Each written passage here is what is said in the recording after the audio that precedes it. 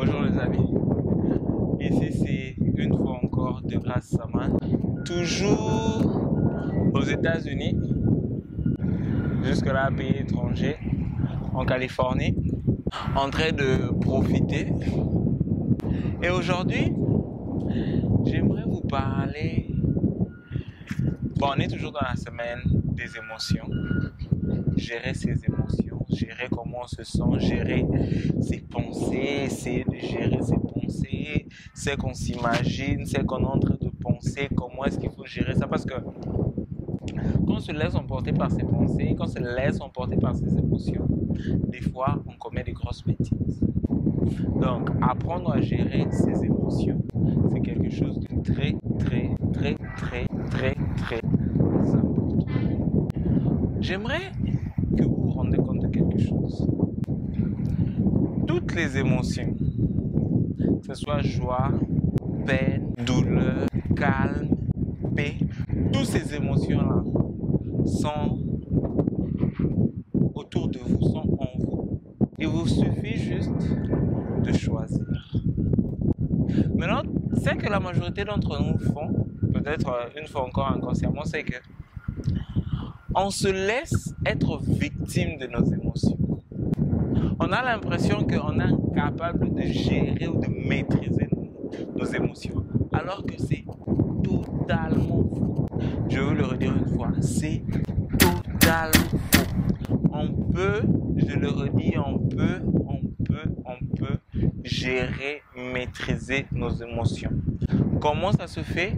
Déjà, il faut savoir que nos émotions commencent avec nos pensées. Je vais donner un exemple. Un jeune homme qui attend sa petite amie, qui doit arriver à la maison à une heure précise. Quand la demoiselle n'arrive pas à cette heure-là, si le monsieur commence à penser à des choses pas bien, il va se sentir mal.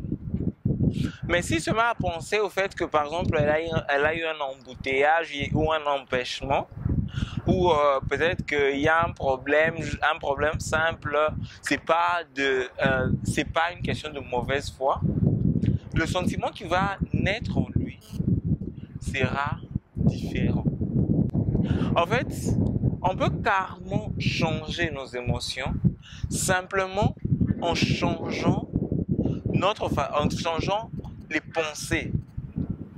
Ou pour être un peu plus clair, pour ceux qui ne comprennent pas, on peut carrément guider nos émotions en guidant notre focus, sur quoi on se focalise. Par exemple, un étudiant qui au premier semestre ne réussit pas.